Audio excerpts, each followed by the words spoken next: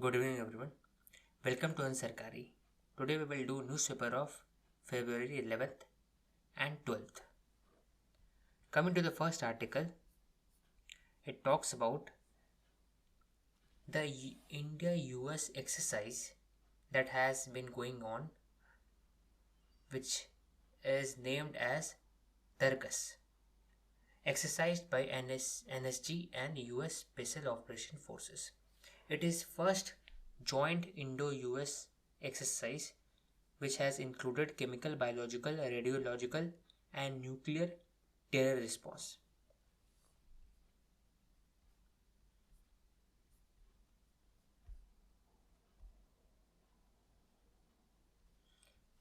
The next article is again talking about the contribution of local level administrator who is innovating at the grassroots level. That is, T. Prabhu Shankar have implemented Palam project, which is to act as a bridge between the job seeker and employer. जिसको job की ज़रूरत है वो local Palam project जो initiative लिया गया है by the collector of Karur, वो एक तरह प्रोजेक्ट के अंदर में they assess the skills of the manufacturer and also the skills of the job seeker और उसके अकॉर्डिंगली जॉब दिया जाता है. Approximately 500 people have found job through this service.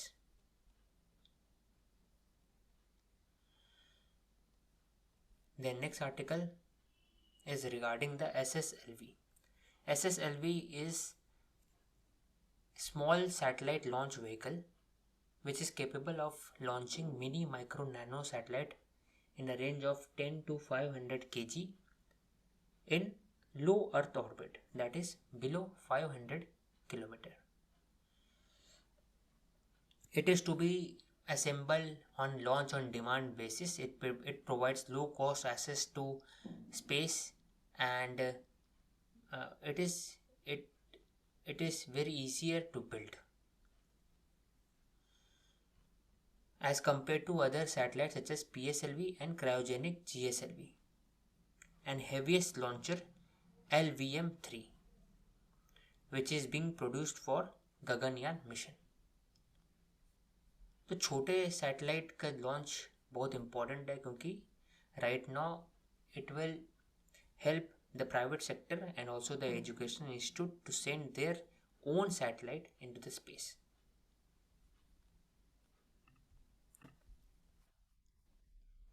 Then next article is regarding the giant meter wave radio telescope which और ये issue क्या है कि the group of scientists is complaining that the proposed 16,000 crore Pune Nasik high speed railway project is hampering the region around the GMRT telescope. तो GMRT telescope अगर जानते हैं, it is the world largest radio telescope near Pune. ये बहुत important point है.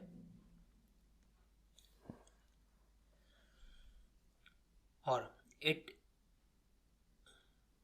was chosen by group of scientists led by Govind Swarup in 1980s for minimum noise and interaction, and also it was very suitable for the long-term operation of a sensitive radio observatory. It has a higher sensitivity and capability to allow data transfer at a speed of 40 gigabyte per second. तो GMRT जो project है, it is under the department of atomic energy operating under TIFR and it functions within 100 to 1500 megahertz. It is built and operated by TIFR, National Center for Radio Astrophysics, Pune. तो one of the important point is giant meter wave radio telescope है. It is the world largest radio telescope near Pune, जो India में. The next article is talking about the need for small launch vehicle. Right now the SSLV D2 which was lifted from Satish Dhawan Space Center as Sriharikota.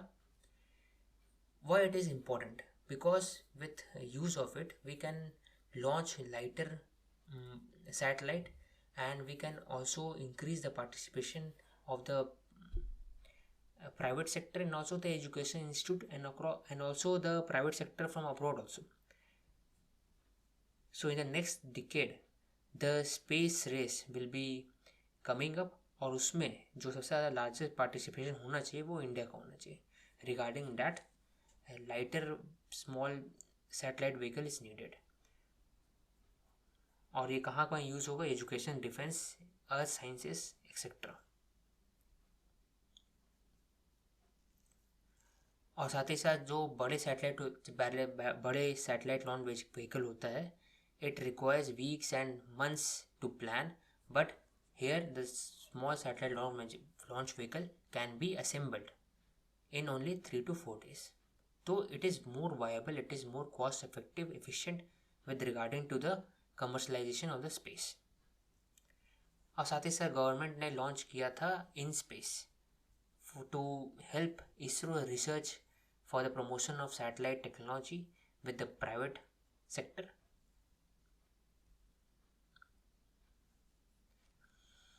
The next article is talking about the BIT, Bilateral Investment Treaty. तो अभी हाल फिलहाल में Canada का जो court है वो जो ruling दिया है, it is against the India Supreme court. और साथ ही साथ उनका रूलिंग था with respect to Devas and Antrix. तो Antrix is a commercial arm of the Indian Space Research Organisation, और देवास एक मल्टीमीडिया कंपनी है जो बैंगलोर में है. So they were doing some project in which multiple foreign investors were investing in this project. और उसके लिए BIT ट्रीटी हुआ था, मतलब बायलैटरल इन्वेस्टमेंट ट्रीटी. तो जब प्रोजेक्ट स्टैंडस्टिल हो गया ड्यू टू करप्शन और अदर इश्यूज, तो उससे क्या हुआ कि BIT tribunal awarded compensation of more than $100 million to Devas investor. तो उसी पर इशू हो रहा. तो जानना चाहते हैं कि BIT आखिर है क्या वो. It is very important related to the economics part. तो BIT is a reciprocal agreement between two countries to promote and protect their foreign private investment in each other territories. मतलब कि दोनों कंट्री का जो अपना इन्वेस्टमेंट है, foreign investment है, उसको प्रोटेक्ट करने के लिए होता है, और साथ ही साथ टू सीक प्रोटेक्शन, और it limits each country's ability to take over foreign investment in its territory. मतलब कोई भी कंट्री अगर कनाडा में कोई इन्वेस्ट करेगा तो it limits the Canadian authority to take up the investment of the Indian company, मतलब वहाँ पर. तो एक तरह से जो इंटरफेरेंस होता है, government interference in the private sector, वो कम हो. एक इकोसिस्टम है जो फ्रेंडली रहे with respect to the investment atmosphere. तो उसको बढ़ाने के लिए BIT किया जाता है बिटवीन द टू कंट्रीज. तो इंडिया का जो BIT एक्ट है, it is negotiated on the based on Indian model BIT of 1993. उसके बाद 2015 में इसको नया लाया गया. पहले जो एक्ट है इसमें 37 कंट्रीज से साइन किया गया, उसके बाद सिर्फ 4 कंट्रीज से साइन किया गया. तो BIT करने से थोड़ा इन्वेस्टमेंट बढ़ता है, FDI बढ़ता है, और साथ ही साथ जो एक भरोसा है, ट्रस्ट है ऑन द गवर्नमेंट और गवर्नमेंट पॉलिसीज़ और लॉज, वो बढ़ता है कि वो एक तरह से हेल्प करता है to secure the foreign investment in each other's country. और साथ ही साथ जो भी डिस्प्यूट होगा between the investor and the country of investment, उसको रिजॉल्व करने का एक मैकेनिज्म इसमें दिया रहता है. And it is basically decided by the arbitrator. जो न्यूट्रल पर्सन होगा वो डिसाइड करेगा रिगार्डिंग डिस्प्यूट. तो इसमें ministry of external affairs have signed agreement with the permanent court of arbitration, under which arbitration administered by PCA can be conducted in India. तो MEA जो है, they have signed. PCA जो है, permanent court of arbitration, वो एक तरह से dispute resolve करेगा दो पार्टी के बीच में इंडिया में। तो इसमें क्या क्या इश्यूज है और साथ ही साथ क्या करना चाहिए वो एक बेसिक है। पहले समझ में आ गया कि बीआईटी है क्या और इसको प्रमोट करने के लिए क्या करते हैं सरकार, क्या करना चाहिए सरकार को। तो पहला है कि interpretation of the BIT law should be very simple. It should not be loaded with heavy words और साथ ही वो सिंपल होना चाहिए। साथ ही साथ there should be panel of domestic lawyer to reduce the expense or the fees given to the foreign lawyers। और जो इन्वेस्टमेंट ट्रीटी लॉ है इसको अगर बढ़ावा देने के लिए India should promote new Delhi international arbitration centre so that there should be a world class arbitration centre where which all the private sector can take part in it। तो BIT important है। The next article is talking about the Pakistan's economy। So regarding the Pakistan's editorial section, we can just highlight keywords। Keywords पहला है PPP, Pakistan's People's Party, PTI। PTI का है PTI की जो सरकार है वो गिर चुकी थी, ऐसे इसका नाम था। इमरान खान लेड सरकार था, गवर्नमेंट था। और PPP का अभी सरकार है वहाँ पर।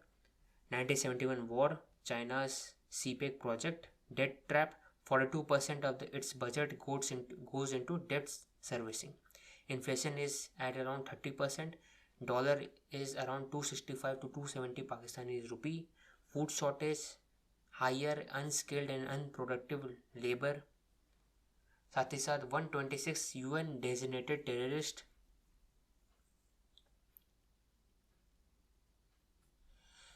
Then next article is talking about the need for financial autonomy of the ULB, urban local body।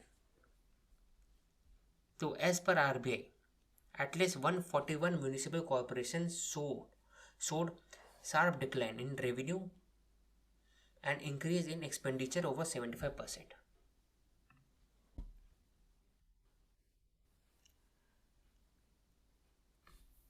Then studies by the Indian Institute for Human Settlement, it has highlighted that urban local bodies own revenue was only 47% of their total revenue। और maximum मतलब most of the ULB were dependent on transfer grants from central and state government। तो उसका जो financing है वो part बहुत crucial है और उसमें ऑटोनॉमी उनका नहीं है। तो क्या करना चाहिए? तो पहला है कि urban local body and municipal corporation need physical stimulus. उनको एक्सटर्नल ग्रांट्स मिलना ही चाहिए और साथ ही साथ उनको एक मतलब देखना चाहिए कि जो डिस्पर्समेंट है वो टाइमली मैनर में हो। Second point, green bonds needs to be taken up to or joint corporate funds should be created by the center and state। Then the efficiency and expenditure mechanism needs to be boosted by use of PPP model और साथ ही साथ participatory budgeting। Center can give capex loan, that is capital expenditure loan, to the urban development such as farming, building, pushing for public transport, etc., housing scheme, etc., so that the municipalities can also pursue for asset monetization and carbon credit generation। The next point is regarding the land value capture। It is used in Gujarat, Maharashtra and Haryana, and it can be used for other areas also। ऐसे land pooling system है, इसमें public investment और civic initiative is tax unlocking the funding for additional infrastructure and service delivery spend. उससे पैसा जो required amount है वो बढ़ जाता है। तो land pooling system of the Gujarat can be used in other states also. Then municipal bond have raise around 6,250 crore, लेकिन वो भी बहुत कम है with respect to fast country like India. तो उसको और बढ़ाना चाहिए। पूलिंग ऑफ रिसोर्सेज होना चाहिए और Tamil Nadu's municipalities have already been success, तो उसको रेप्लिकेट करना चाहिए in other states. Then there should be a push for user charges for public service delivery, and then only with all these steps the ULB को जो financial autonomy है वो मिल सकेगा. और साथ ही साथ जो कैपिटल एक्सपेंडिचर, कम रेवेन्यू एक्सपेंडिचर खर्चा करना, साथ ही साथ more expenditure in green sector, public service delivery, वो बढ़ सकेगा.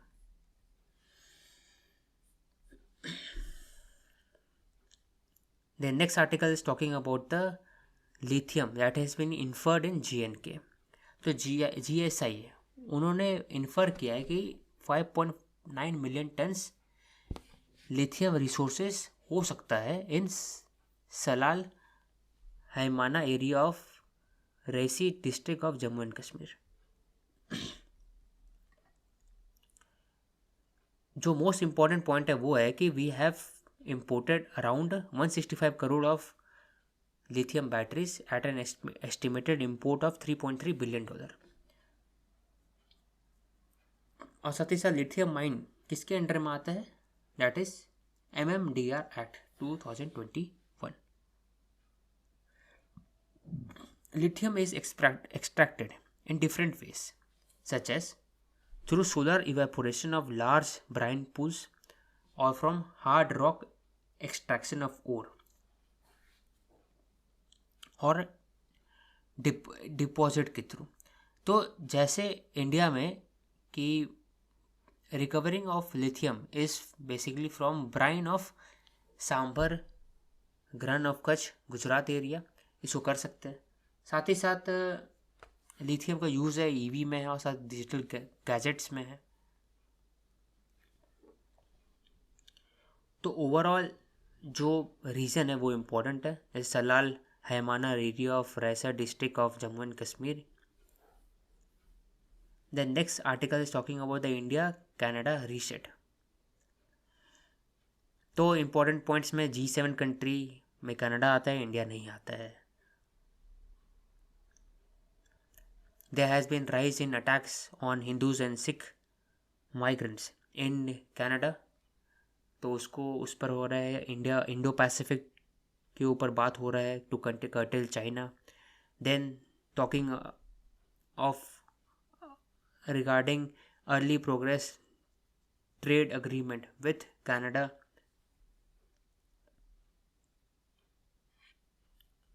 The next article is talking about the 105 article regarding the free speech or privilege of MP.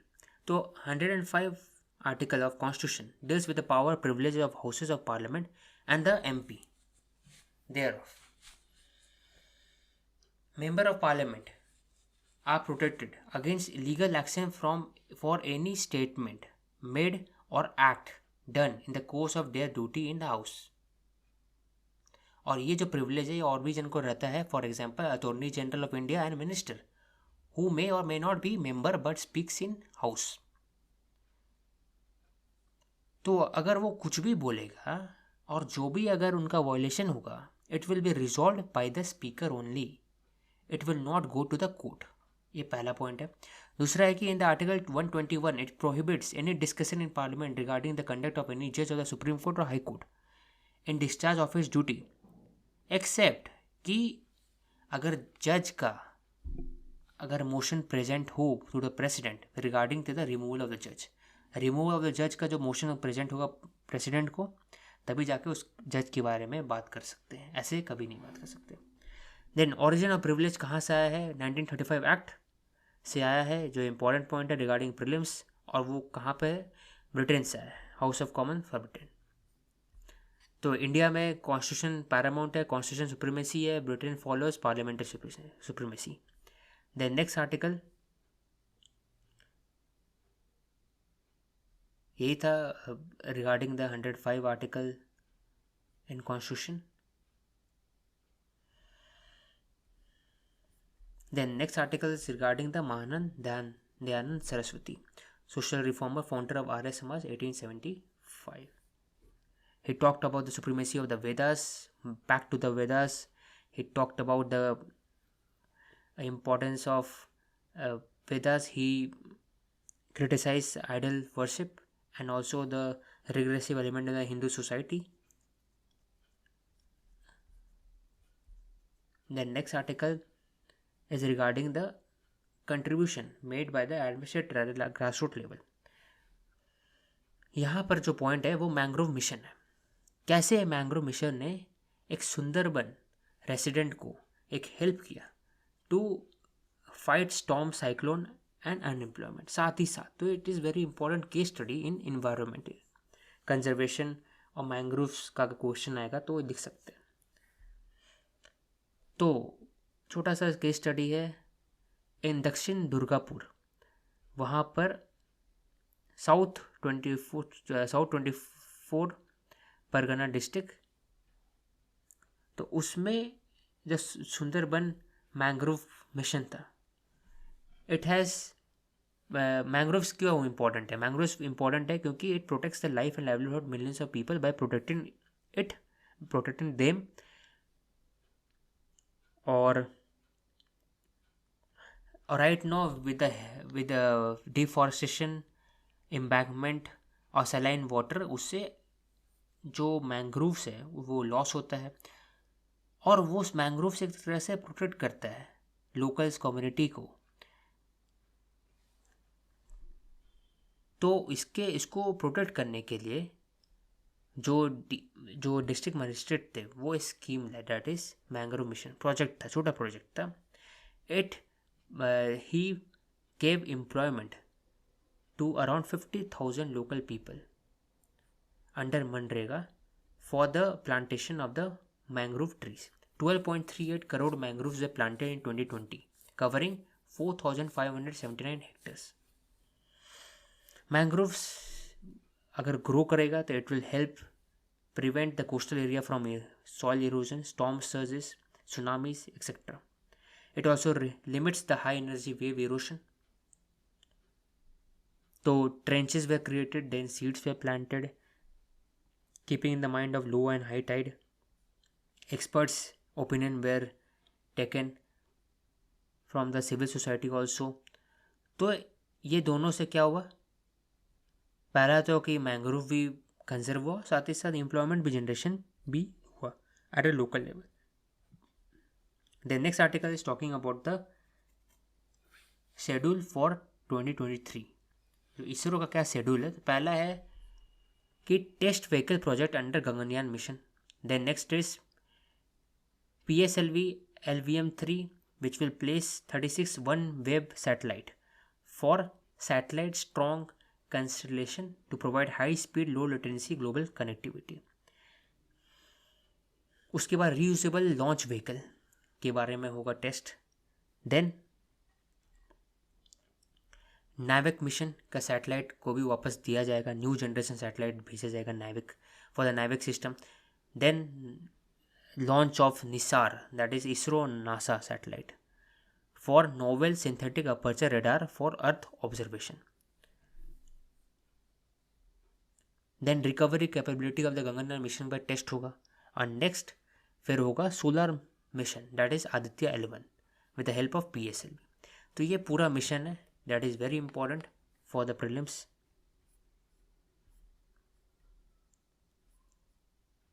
The next article is talking about the growth in direct tax collection. The revised estimate for the current fiscal is pegged to around 16.50 lakh crore from 14.20 lakh crore. That's all for today. Thank you.